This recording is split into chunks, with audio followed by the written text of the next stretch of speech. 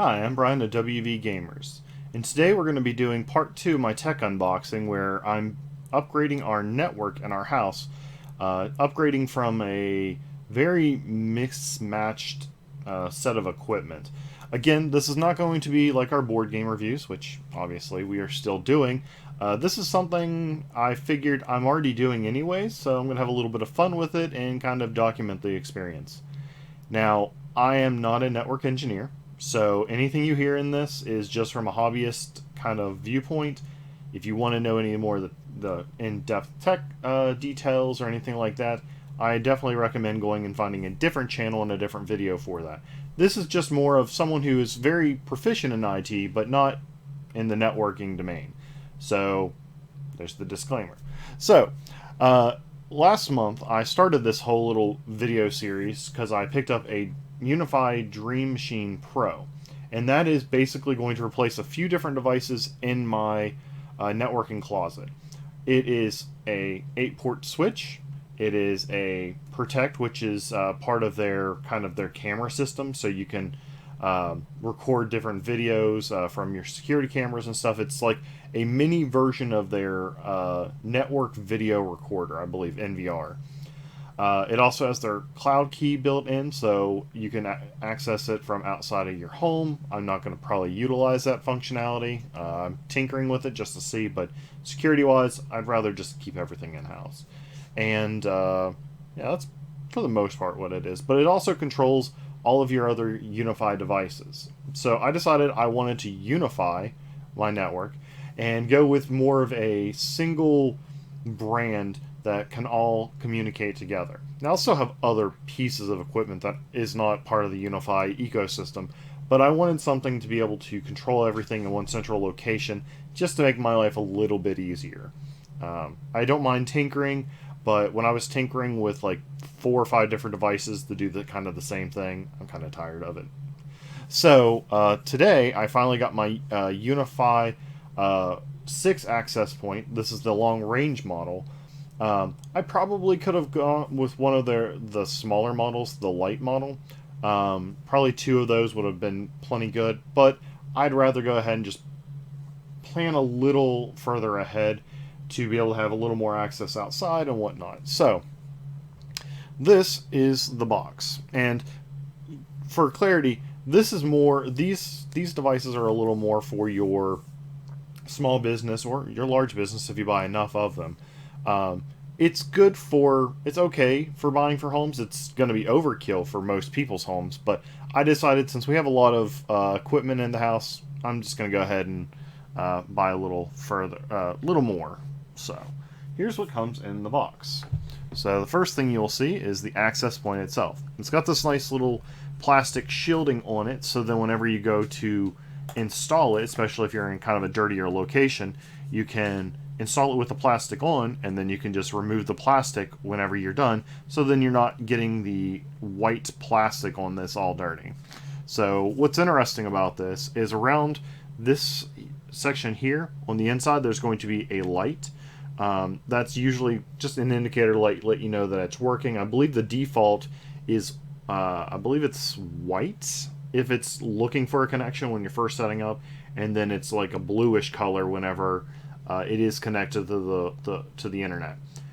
In the 6 models, the 6 long range and the light, you can actually change those, so they are RGB. So that's something kind of fun. I mean, most of the time you're going to put these in a location that's kind of sort of out of sight, maybe on your ceiling, so you may want to pick a color that kind of goes along with it, but it's just a fun little thing they did. I mean, I'm sure it didn't really cost any extra, so why not? On the back, you'll have where it's going to connect to the different mounting equipment, and we'll show what that all looks like. Down here, I'll pull this off a little bit later, but underneath of this, actually I can pull it off right now. It feels like it's coming up easy enough. Yeah. This is a little weather protected thing, so these are rated to be able to be used outside in some degree of cover, so these are not something you just put out in the middle of your yard or anything like that, but if you have it like on a porch or something that has an overhang, this is rated for that. So inside is going to be one gig Ethernet port, and then a reset button over here for if you have an issue with it. So you'll notice there is no power because this is powered by power over Ethernet. And what that means is basically instead of having a separate power cable and an Ethernet cable going in, Ethernet is technically able to transmit power as well. So that's what they decided to go with these, because it's a lot better, especially when you're in a business or like coliseums and stuff like that. You don't want to have to run all kinds of cables around. So having a single Ethernet cable running to this is perfect. And I'll show what my solution for that is, because my UniFi Dream Machine Pro actually does not support PoE. It doesn't provide PoE, I guess I should say. So we'll look at what my solution for that is, which is just another UniFi piece of equipment. So that is that. We'll just put that to the side. This is a mounting ring. This is just going to allow you to kind of trace wherever you're going to be mounting that. It has the different or screw patterns on there. It also has a little level, so if you're putting it like on a wall or something, you can get it nice and level.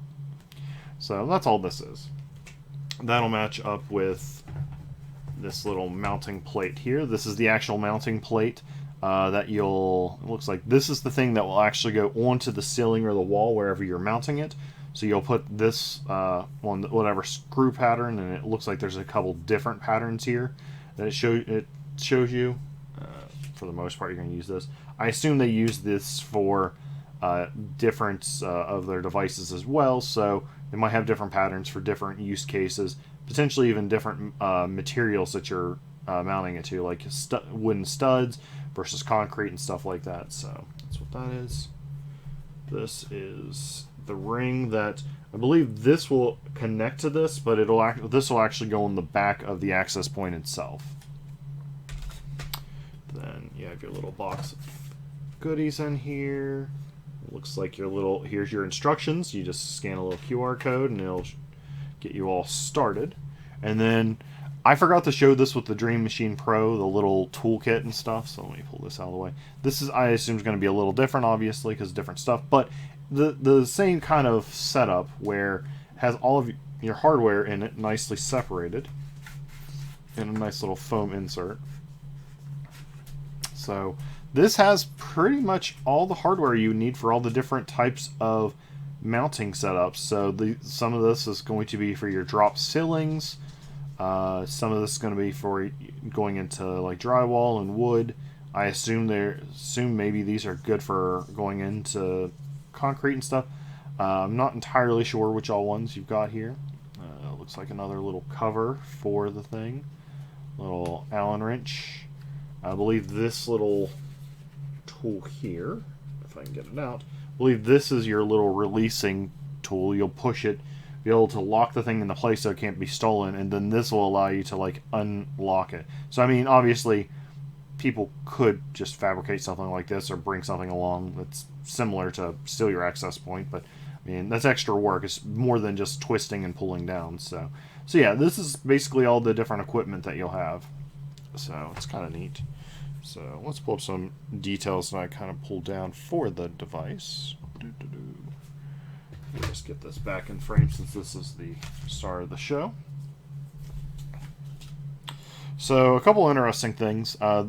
Inside of the specs of this, it's got a 1.3 gigahertz dual-core processor, which is interesting because my Nighthawks that are many years old only have also a dual core, but they're only at 1 gigahertz.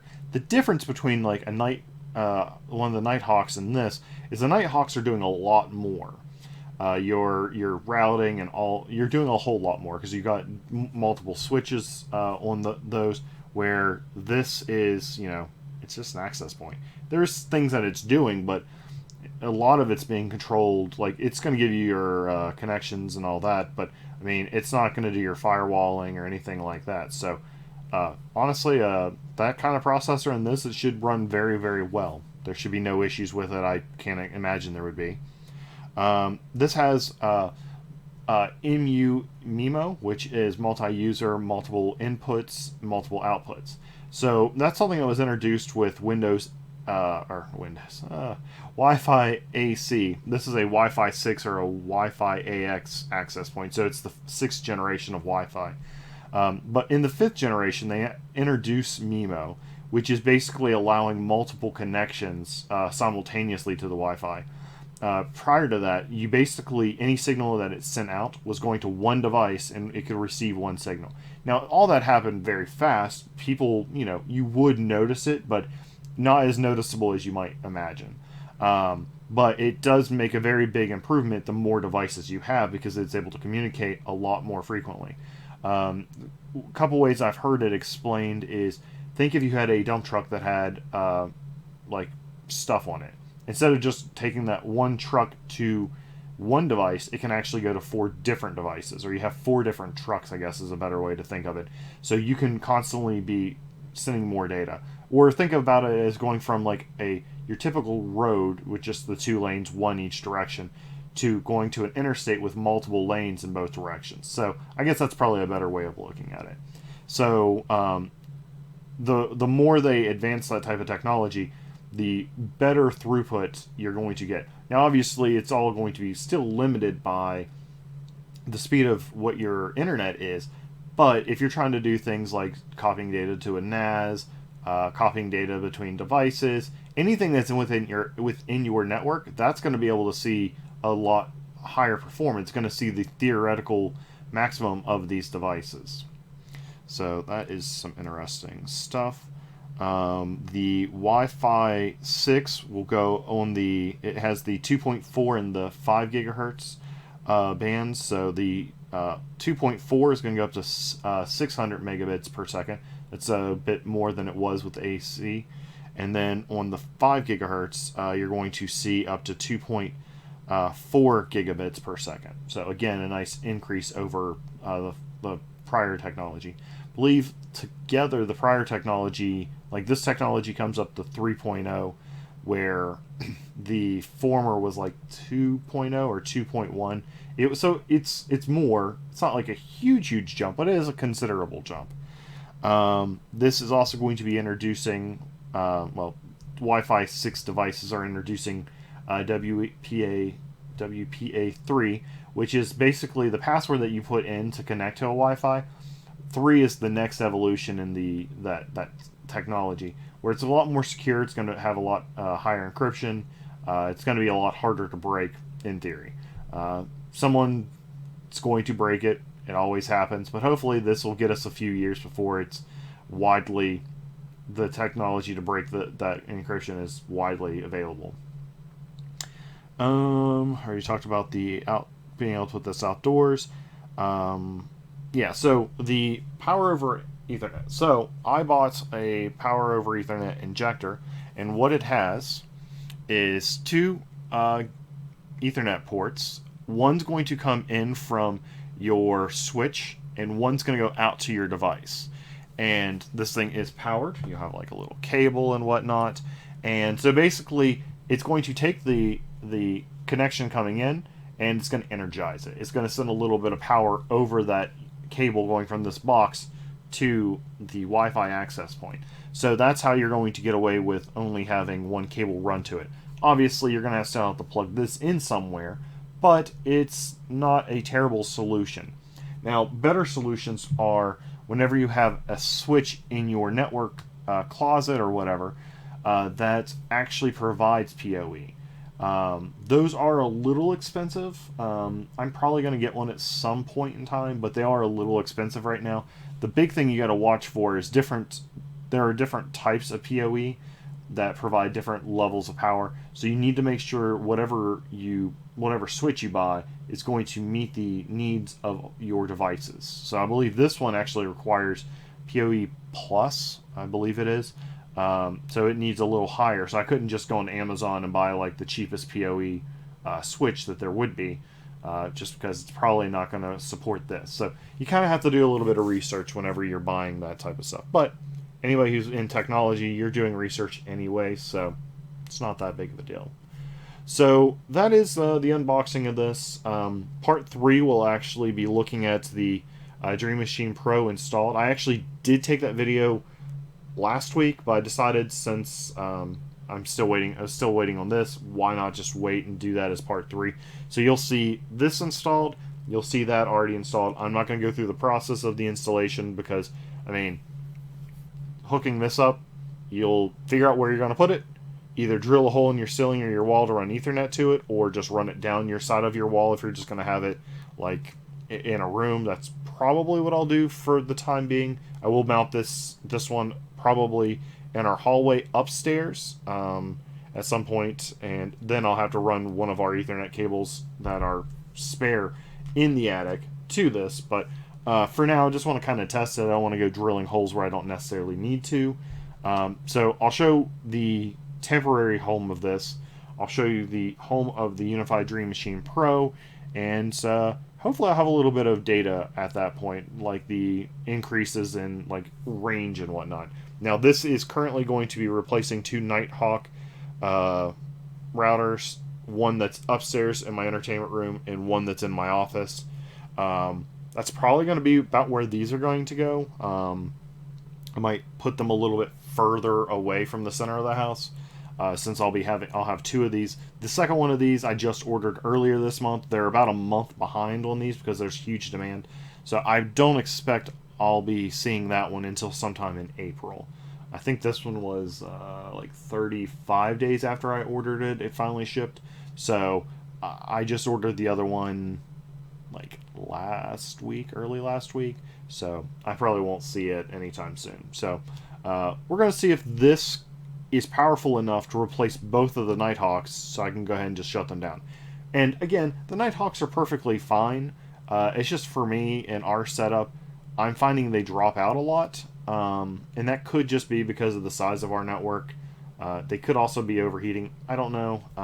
I've tinkered with them a little bit, but I'm kind of at the point where they're Wi-Fi AC. I don't have a lot of Wi-Fi 6 equipment, but I've been wanting to do a major upgrade for years now, and since right now, in the middle of these times that we are, I'm not driving to work as much, so I'm saving a lot on gas money, a lot on eating out money, so you know what? I've been putting that money behind into a little place to be able to upgrade our network. Now, hopefully, this will be the only major upgrade I'll have to do over the next 7 or 8 years, hoping the stuff will be good for that long, but we'll kind of see.